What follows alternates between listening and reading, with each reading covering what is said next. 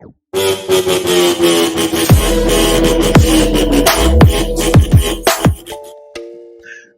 up, everybody? This is Jay, and this is my recap for Power Book 2 Ghosts, Episode 5, the mid-season finale. Now, I don't know what is up with this mid-season finale crap. They never had mid-season finales for any other show, but Power has started something where whenever they get to Episode 5, it's their mid-season finale. Okay, it's not like they do 18 episodes like Empire or something, and they did 8 or 10 and then or 9 and then split. They just doing 10 episodes. Anyway, nevertheless, I'm going to get into it. I'm going to break down the episode. If you're new to my channel, what I'm going to do is I'm going to go over the episode, break down everything that happened in the episode. At the end, I'm going to give my real talk review on what I feel about the episode, and then I'm gonna give it a Mosco, which is my personal rating system that I give to movies and TV shows with a simple 4-category rating system where you can get up to 100-point total score. So without further ado, as they say, let's get into it. So we know that Power Book 2 kicks off first with Tariq, and he getting a birthday cake and everybody celebrating happy birthday or whatever the case. And we see that Tasha's there. She out of the jail. She out the pen. And she's happy. He's happy. Everybody happy. They blowing out the candles, and with them lips, he almost blew the cake all over everybody. But luckily he didn't. And then we see that he's 18 now. And then we get a knock at the door. Tasha get up to go check to see who at the door, and it's Raina. Yeah, Raina's back, and she there, and she like, am I late? And Tasha give her a hug, and she like, did I miss the cake? And Tasha's like, why are you here? And Raina says, what you mean why I'm here? It's my birthday. And so Tasha's like, I'm so sorry, baby girl. I wasn't there to protect you. And she's like, it's okay, Mom. I mean, did Tariq beat me home? And it's like she's confused. She doesn't know that she's dead. And so Tasha hugs her, and then next thing you know, of course, we see Tasha waking up, and she's in jail, still getting swole off bread and water. And next thing you know, she going to get the good book. She got to keep the good book close by, and that's the book that she got all her little stuff in. And so she pulled out a little family picture of her and Ghost and Tariq and Raina. I guess baby girl wasn't, around yet, or they just left her out. Nevertheless, she feeling a little nostalgic. She gone and pick up that telephone and call Tariq, the phone that never dies. It's got the unlimited battery power. And so she wishes him a happy birthday.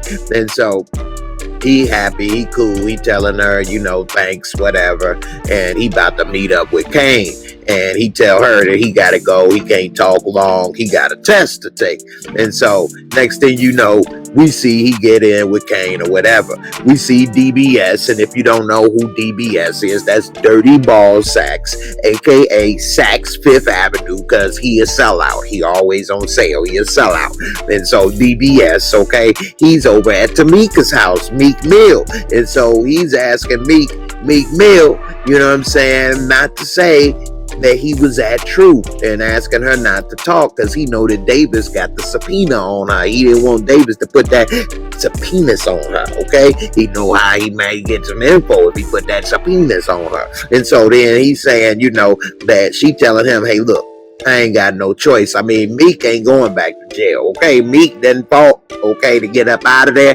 Meek ain't going back. So Tamika tell him, look, I ain't got no choice. I'm going to be under oath. All right. And so he like, look, she tell him, just drop the charges. Tasha ain't the queen pin. What is all this about?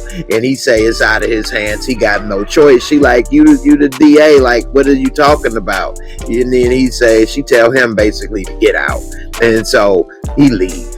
Next thing you know, we see Monet. Okay, and she trying to talk to Diana, try to school her, talking about, I'm going to teach you how to be a savage in the game. And so she's saying that it's a skill and that you know how to control a nigger. It's a skill to control a nigger. Okay, you gotta think ahead. And she's saying, you know, he fall in love with the image he sees with you and not just you. Okay, and he think he lit. He'll always come back to you. And she's like, men got built-in advantages. I'm gonna teach you how to even the playing field. And so she thinks she dropping some real game on Diana. And next thing she telling her how she got that cop on lock. And she say that he under her control. And it's, you know, next thing you know, he pop up knocking on the door. And so Diana like, don't look like he under that much control. And then Monet like, it's all part of the plan. You get him hooked and then you take it away. Then watch this. And so then she go over there trying to front on old boy to prove a point to Diana. And so she don't let the cop in. And she say, you know, why you ain't called first?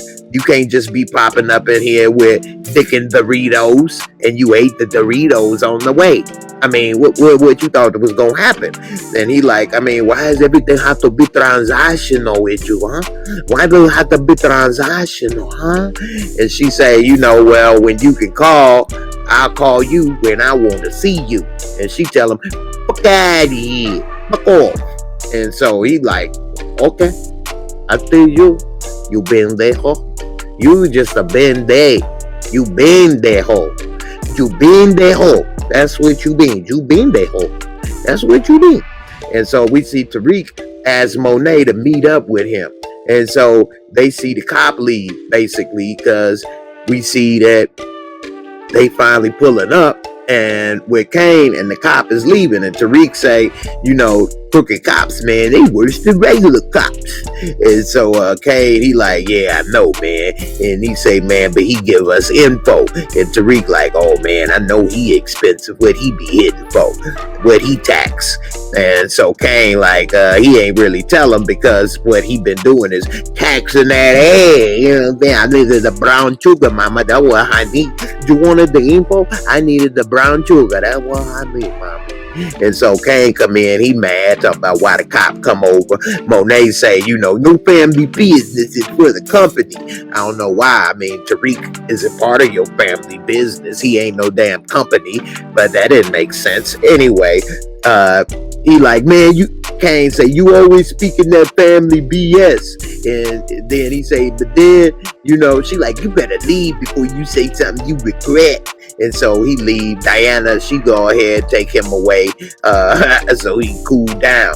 And then she tell Tariq, you know, Kane, he get confused sometimes. And so she asked Tariq about the picture that Drew made. And she like, he was supposed to be checking on you. What's up with this? And so Tariq like, I don't know.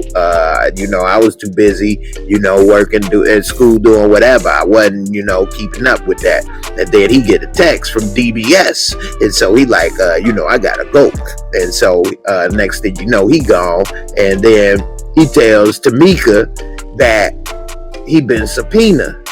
And so Tariq, you know, he tell DBS telling Tariq, you know, all of this. And so Tariq didn't know that DBS got subpoenaed, and he talked to Tariq. And so he tell Tariq, and he said, hey, Tamika Meek Mill know I was at Truth. And so he said that she knows that somebody saw me. And so Tariq like, well, you know, that sounds like a you problem. And he said, yeah, but if she testify, she could tell someone that, you know what I'm saying, somebody saw me. And so then he say, then they'll ask why he never said nothing, and, you know, all this stuff could come out. And Tariq basically called Tasha after meeting with DBS to tell her about Tamika and have her not testify. And Tasha was happy, like, what you talking about? When she do, we'll get sacks thrown out, get the case thrown out. And so he like, yeah, but also Tamika know that somebody saw DBS, and, you know, I've been blackmailing him to help you.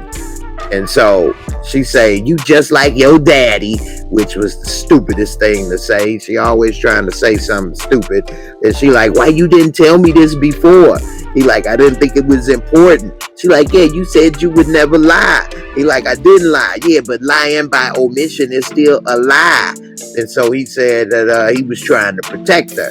And she like, yeah, you really sound just like your daddy.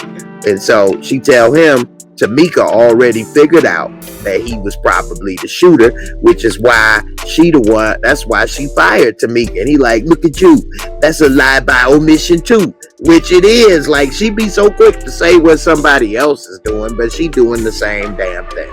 And so he say, well, if they figure out why or when he was there or who saw him, we screwed.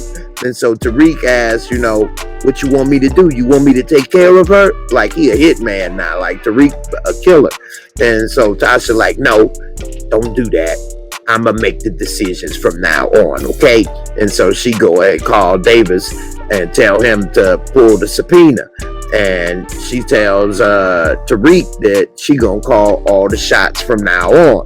And so later we see DBS and he talking with Riley and he want to know more info about Tariq and what she been up to, and he telling her to find out how Tariq is paying for his lawyers. And she say she heard him on the phone with his grandma asking for money, like, isn't that supposed to be the other way around?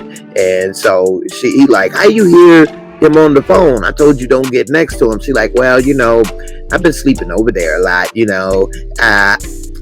me and his roommate are like a couple. We didn't put a label on it.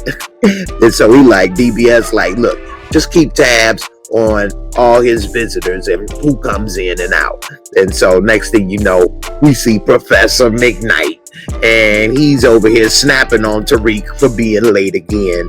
And Tariq try to hand in this little 15-page paper, and he like, well, that was due at the beginning of the class. Now it's 25-page paper.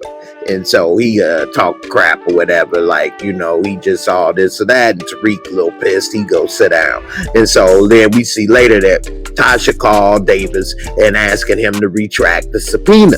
And he says that we need Tamika. And she like, yeah, well, she'll get DBS to recuse himself. And so Tasha telling him, no, don't do this, don't do that. And he pretty much refused to listen to Tasha, ignore her. And so then later we see Professor McKnight, and he talking to Tariq after class about being late, trying to go into all this little explanation stuff about how it reflects poor as blacks being late and this and that, because it's always unfortunate that a black person got to represent every black person all the time. But if a white student was late, he don't represent every white student. Nevertheless, Tariq snap. He like, man, look, I had a dad already. I don't need you to be my dad, okay? And so he snap on him, basically tell him, enough with all that extra stuff, man. Either you gonna do it or not, man. And so he walk off, and then we later see that Tariq is talking with Drew, and Drew telling him that Monet is testing him to see who he loyal to. And he like, oh, I didn't see that one coming. And he like, yeah, man, it's all good, man. Hey, look, man, look out for yourself, man. That's my advice to you. And so later we see Monet, and she talking to Diana, and she tell Diana that Tariq didn't tell her about what Drew was doing, and that he probably has some type of loyalty to Drew. And so she like, Kane and Tariq will never get along, which I don't know why she say that, because actually they do. I don't know why she said they'll never get along. That made no sense, because they do get along. Anyway, she tells Diana that the brothers, the two of them, Kane and Drew, will never learn what Tariq is really up to. And she tell Diana to get close to him and find out what he doing, which I don't know why she just don't ask him, what are you doing? Or else we not gonna do business with you. I mean, it's that simple. I don't know why she's making it into some old secret agent type situation.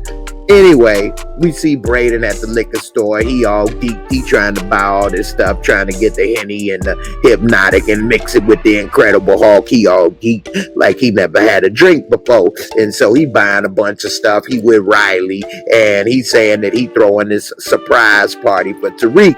And she all, man, she is so annoying and so obvious with the questions. And she's saying, well, how are you going to keep it a secret? I mean, isn't he going to be there? Isn't he going to know? And he like, well, Tariq never there. And he just dummy, just talk too much.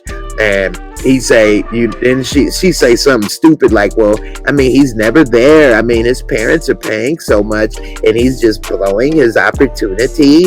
I mean, she sounds so stupid. And he like, look, he go to class and everything.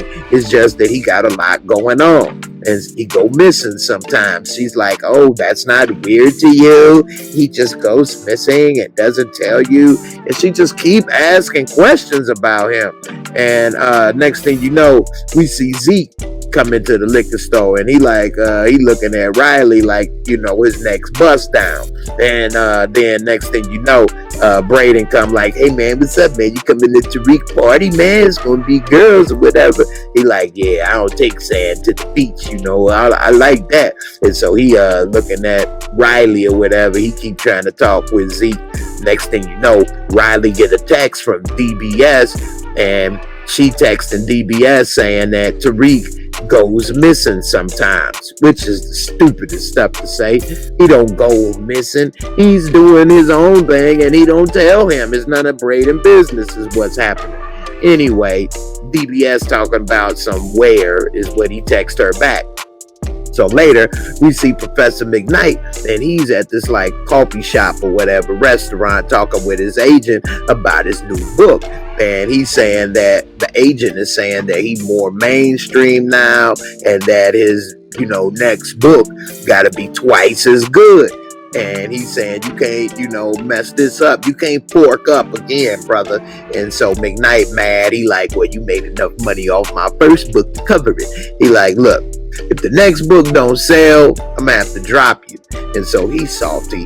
Tariq comes in and he apologized about what happened in snapping. He give little McKnight his little 25-page paper, and then he about to leave. He get a call from Tasha, and she's saying that Davis wants to testify, and he wants her to testify to Mika. And Tariq say he ready for whatever comes. Just let's do whatever.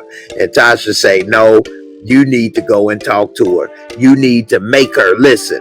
And he like, but what if she don't listen? And she like, you go make her. And so I don't know what that meant.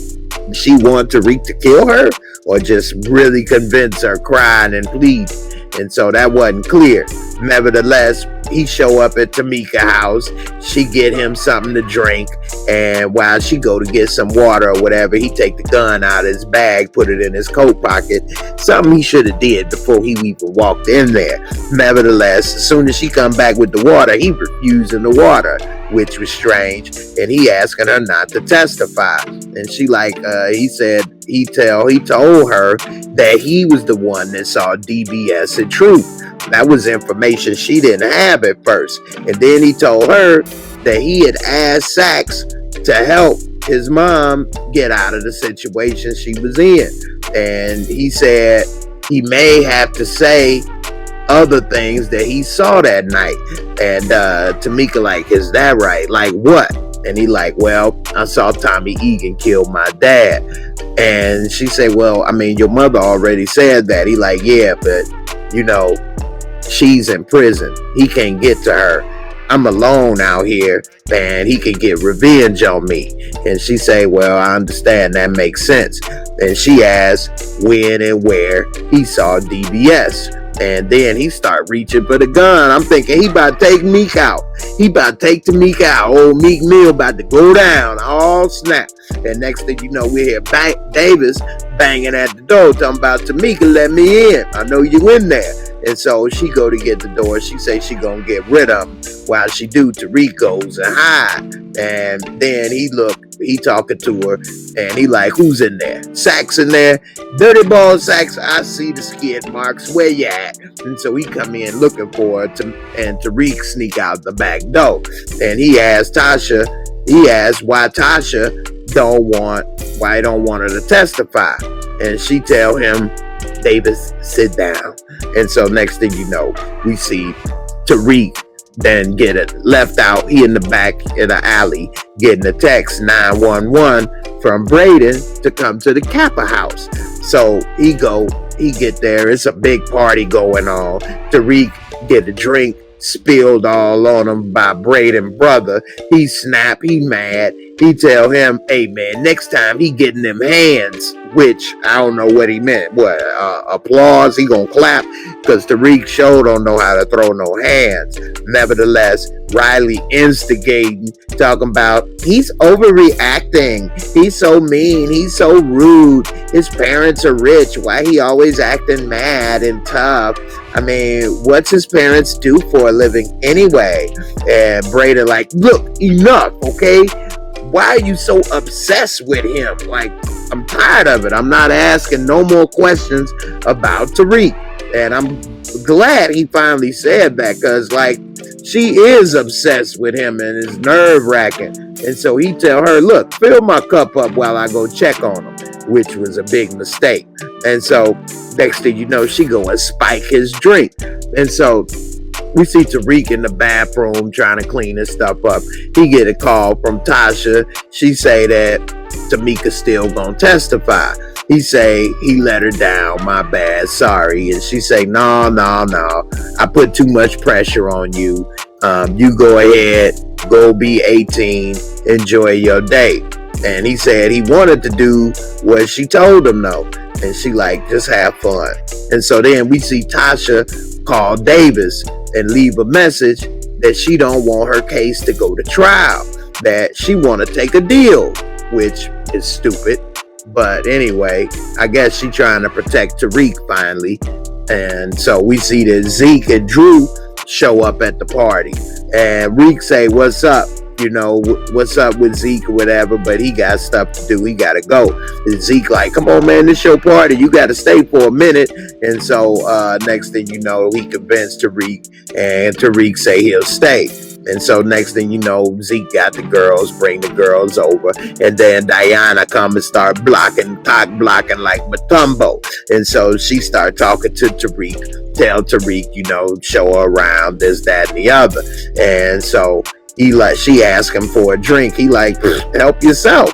And so he ain't really trusting or feeling Diana, and he kind of playing her shady. And so she pulled him with her, put her arm around him or whatever, try to get up close. And so they walk off for a second. Meanwhile, we see Drew, and he see his little boo thing. And so he want to go and give him a hug, and dude kind of stop him and kind of give him the pound. And so Drew hurt a little bit. He like, okay, all right.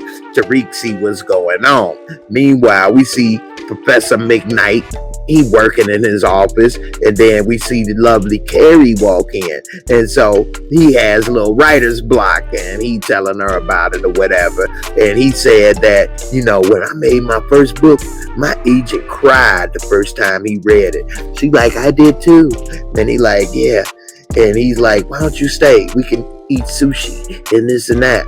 And, you know, he wanted to eat a little bit of you know, salmon. And so she say, look, I gotta go. I can't do this. And he like, I mean, she's like, I need you to stay. She like, look, I can't do this. Why don't you just write what's in front of you? He like, well, I mean, you in front of me. And she like, you can't just keep writing about me. Your first book worked because you didn't make anything up, but you can't keep writing about me. You need to find another story. And so he a little salty. Meanwhile, we see Tariq, and he say that Drew left and didn't come back, and he talking with Diana. He basically trying to find some way to get away from her and get up from up under her. And so he basically keeps saying that. And so she like, look, I ain't worried if something happened. You know, that cop gave us the little PBA cards. We'll be good. And he like, yeah, but I'm saying we should go look for him. And so next thing you know, we see Riley giving Braden the little drink that she spiked. And so Lauren walks into the party, and next thing you know, she talking with Braden. Braden, he go and tell Tariq that Lauren there. So when he go tell Tariq that, he give Tariq the drink that Riley made for him. He didn't even drink it yet. He like, man, Lauren here, go on and get loose. And so Lauren walk over there and she ask him who his friend. And he like, oh, this is Diana, this Zeke cousin. And so he played her to the side. She just Zeke cousin to him. Like, she know that her game ain't working and that she got some stiff competition. Plus, you know, Lauren knows that Diana texted him, so he know. And so next thing you know, Tariq start talking with Diana, put his arm around her and leave with Lauren and leave Diana looking stupid. And so she a little salty. And so Riley see Tariq has the cup that she made for Braden, so she knows she may have a problem. And so Drew is talking to his boo in the car outside, and he talking about dude scary or whatever, he ain't ready for it. And then Diana come out and the boo start to front like, oh, how you doing? Hey, such and such, he's gonna do a new tap for me. And she like, yeah, whatever. You know, I'm Zeke cousin, and you know, we know what's up. And so he like, what? And so he get mad. He like, both of y'all Zeke cousin? And he's like, man, look, man, ain't nobody gonna say nothing. You all good. He get mad and walk off.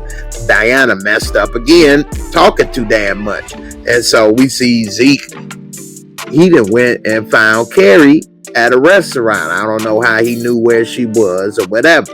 She's sitting there with glasses on, still looking sexy. He like, ooh, I didn't know you wore glasses. They look good on you though. And so, you know, he hitting on her a little bit. And she like, shouldn't you be at a frat party? He like, well, actually, I just left. I'm kind of tired of that stuff, you know. All the girls, they just, you know, looking at me as an opportunity to come up. You know, I want somebody that's more real. And so she like, oh, okay. She like his thinking. She like, oh, that's pretty mature. A lot of people would adore and be happy for the attention. He like, yeah, maybe in high school I did, but, you know, now it's a little different. And so she asked him, did he have somebody to talk about it with? And so he basically don't. Later we see that Professor McKnight is calling her on the phone while they talking, and she basically flipped the phone over on his ass. You know, he the song to the next one. And so Zeke pick up on that. He like that. Meanwhile, Tariq, he getting tipsy off that spiked drink while he with Lauren. And he say that he never wanted to be like his dad. He don't really drink that much.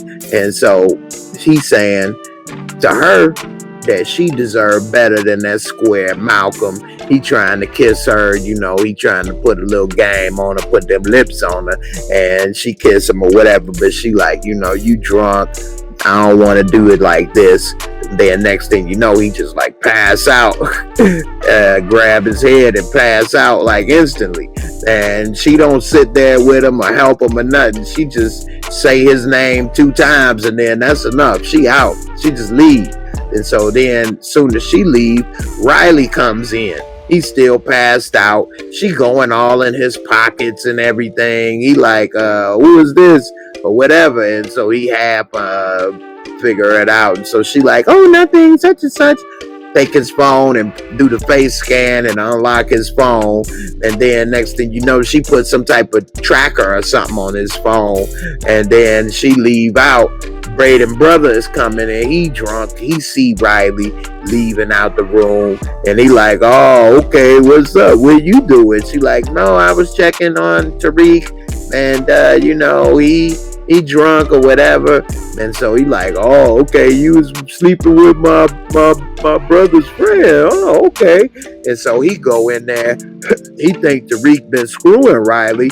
He just grabbed Tariq, throw him on the floor, and he thinking Tariq then got in it. And then Tariq get up, leave out.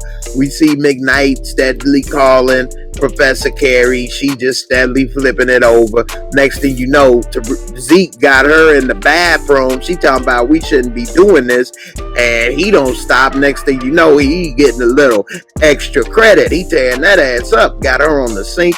go to work, everything. You know what I'm saying? Meanwhile, Tariq drunk. He snap on Braden at the party. He say he didn't want the party, whatever. He see Diana on the porch, talk to her for a second. He half drunk. She take his gun out his bag. He don't know. He leave. We see that while McKnight back at the office, he reading Tariq's paper. He start plagiarizing Tariq's work. He can't come up with nothing better than stealing Tariq's work. Meanwhile, Riley called DBS, let him know that she done messed up, got Reek drunk. He may have an accident or something, and he left campus, so DBS is mad. She tell him she got a tracker on the phone, so she give him the info. Later, we see Tariq then went, changed clothes into a suit, went to the cemetery, talking crazy at the damn headstone arena, talking about he thought killing Ray Ray would make things better, that it should be him instead of her, which is 100% true. Then he go and he say that to Ghost headstone that mom took the weight that he never took, and that he lied to everybody, and his mom in jail because of Ghost, which is not true. And he's saying he had to do it and only Ghost would understand him.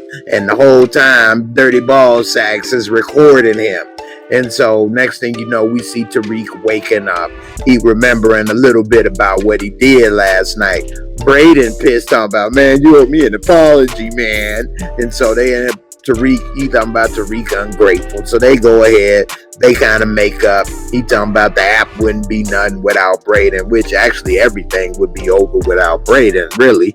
Anyway, so Tariq go ahead, talk to him. He go ahead and tell Braden all the info about the Tejadas. Tell him, hey, if any of these people come, knock these chessboard pieces over, and that way we'll know, you know, if you in harm's way or whatever. He like, it's like our own little back signal, bro.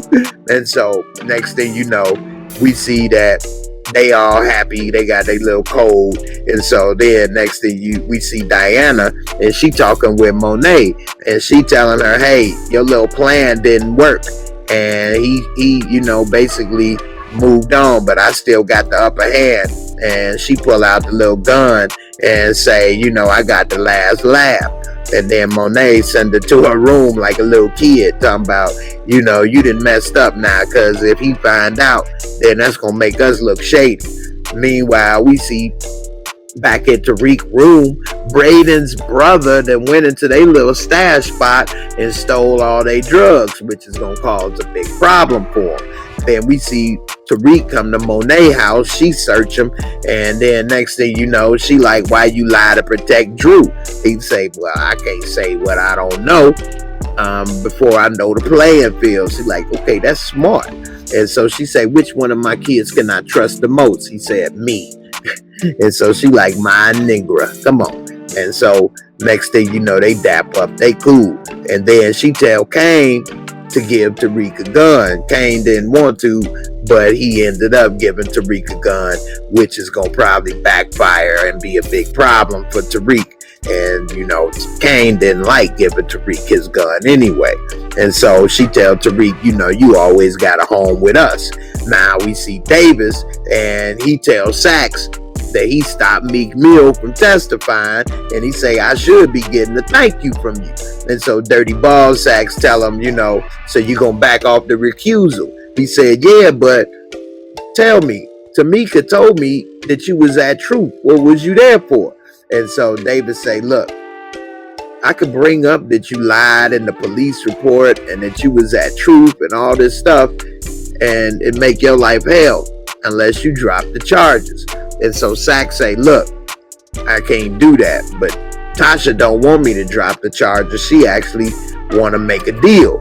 And he like, how you know? And he say a guard overheard her on the phone. I don't know how Sachs is plugged in with the guards in prison now. I knew the Tejadas had a guard in prison. So Dirty Ball Sachs has guards in prison working for him that can give him information overnight. Anyway, he's saying that she want to take a plea, and he said that, you know, we got a plan. We can get Tariq. He played a video of Tariq talking drunk. And Davis like, man, that's inadmissible as hell. And he said, maybe, but now I know what to look for. And he said, Davis says, well, look, I could still call Tamika to testify. And they say, well, we had an impasse. He say, okay, well, here's what we do. They decide to work together. He said, look, I'm going to go ahead and get Tasha take the stand or whatever and get her off. And then we get to Tariq on the stand, and then you cross-examine him and do your job. He like, so get Tasha off, but put Tariq in jail. He like, I don't give a damn. Tariq ain't my client. And so that's real dirty. And so he say, hey, Tasha gets the acquittal. That's another win, and that's another mark in the win column for me. And you go ahead and do what you need to do with Tariq. And then they shake on it. And then Sack say, yeah, Tariq ass is going to jail. Man, that's how they ended that episode. And that was crazy because nobody probably expected them to work together, especially to put Tariq in jail and set him up. I mean, that's pretty bogus situation. Now it's time for real talk. Now, the episode was kind of interesting, but it had a lot of plot holes and stuff in it and things. Couple things that I think, how in the world does Sax have the guards telling him what Tasha's saying on the phone now? He's not paying no guards. We haven't seen any guards working for Sax.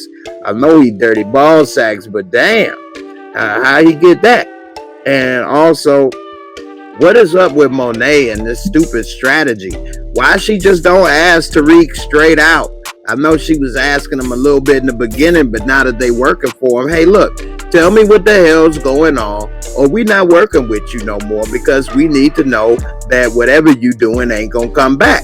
And then he would need to tell him what's with all this secret, having Diana and all these people spy on him and stuff. It's stupid. And our plan didn't work. Tariq ain't gonna trust them. Monet got the impression that every man is so horny that he'll do anything for a pretty woman and you can just give it and take it away. It don't work that way. Everybody ain't that hard up. And Tariq got options. Like Diana ain't super fine, the most beautiful woman in the world type stuff where nobody else is, gonna get in her way. And neither is Monet. So I don't know what she's thinking. Nobody is. Anyway, so we'll see. Now, I think that's real dirty, that Dirty Ball Sacks and Davis working together to put Tariq in jail. Davis, I hope, is playing Sacks so that he gets what he wants and getting Tasha off. And then when it comes to Tariq, maybe he prepares Tariq and lets him know, hey, Dirty Ball Sacks want to make you a skid mark. Maybe. So I don't know. And then it's what was kind of tripped out, and I don't know why he felt that way, is when Drew saw his little boo thing and he tried to give him a hug. He was surprised that dude didn't want to show, affection or whatever in public. But he a basketball player and he probably didn't want all that info out there, and I'm surprised Drew didn't understand that. I know he probably want to have an open relationship with him. He probably want to cook dinner. You come on over. I'm going to make my specialty. My specialty is manwich. I make my manwich with extra meat. You like manwich? I like a manwich. I want to make a manwich for you.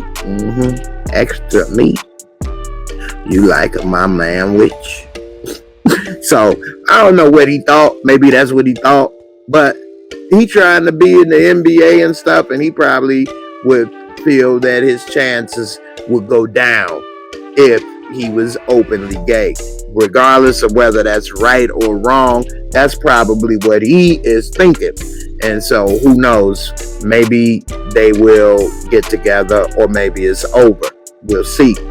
And this episode overall, it just wasn't all that for me. I don't know where they get this mid-season finale stuff as if it's supposed to be a major episode. It's just the 5th episode. That's it. No other show does this. That talk about mid-season finale as if the 5th episode is a major thing. So I don't know, but nevertheless, I think one thing that's going to get Tariq in trouble and make this show pick up actually is the fact that Braden's brother stole the drugs. Now Tariq got to figure out how to come up with the money to pay for those drugs and get money to recop new drugs. And he got to do it fast before those people who he owe money to want to kick his ass. So I think that point right there may help pick up the story as far as action wise. So I don't know. Another thing I want to point out is mad props to Zeke for taking down Carrie, Professor Carrie Milgram, man. She probably the most beautiful woman on the show, and Zeke did get her too easy. Man, she really does have a sex addiction, and I need to enroll back into college. Okay, what in the world am I missing? Like, wow. Anyway, I know it's a show. I'm just playing, but damn. And so I don't know. And Monet and Mary J need to stop being mad all the damn time. She just mad all the time. Just mad. Just playing the role of mad black woman. This is the diary of a mad black woman. Monet, that's all she is all the time. With her badass advice. So I don't know. Anyway, now I'm about to go ahead and give it a Moscow. And we'll see, from there, what I think of the episode. So, first off, category 1, visuals and cinematography. They use top of the line cameras, and it's got good cinematography when they show the city and the schools.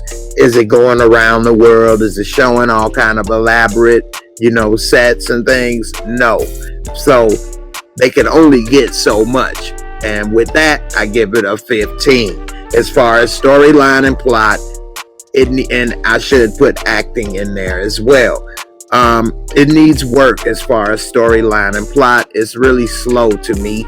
It doesn't keep up with the way Power first, seasons, 6 seasons were. It's just a different show. It just is.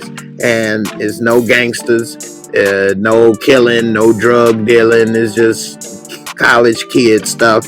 And it's just not that interesting to me. And I would give this storyline and plot a 10 as of right now. I give it a 10. Special effects and makeup. They don't use much special effects other than maybe somebody getting shot or something. And not really much makeup or costumes and wardrobe. So for that, I give it a 10 as well. And lastly, entertainment fun factor. This episode was not that entertaining to me. I had a couple moments I liked. I liked Zeke taking down the champ. I liked a couple other things. But for the most part, it was not that entertaining to me. It was okay. I give it a 15, which brings it to a total Moscow of 50. Okay? I gave it a 15 for category 1, a 10 for 2, a 10 for 3, and a 15 for 4. So, total Moscow of 50. It's okay. Halfway there. Not the best. It's okay. Now, we'll see what the next episodes have. I hope that it picks up. I hope a little more action and drama happens, because that's what I like. That's my preference. I don't like Lifetime movies and Lifetime shows, but there's a big audience that does. More power to you. Okay? More power to you. I'm not mad. Okay? Great. So, I hope it picks up so that I'm a little more entertained, but we'll see. Before I get out of here, make sure you check the description box below. I got a lot of good information in there. I even got a couple links in there where you can get some free money for signing up. No kidding. You can get some free money. All right. Check it out. Also got all the information of all the equipment I use. You want to make videos like me. You want to stream live like me. You want to be like me, but you can't, because I'm the greatest. I'm Ali, and I'm the greatest of all time. Anyway, check it out. Hit that like. And if you haven't already, please subscribe. And you can always join me every Sunday and every Friday live, and we can talk about the shows, chop it up. So make sure you check in my homepage and on my community tab every Sunday, every Friday. Join me live, and we can chop it up about whatever on the shows. And I'll see y'all on the next one. I'm Jay, and I'm out. Y'all have a good one. Peace.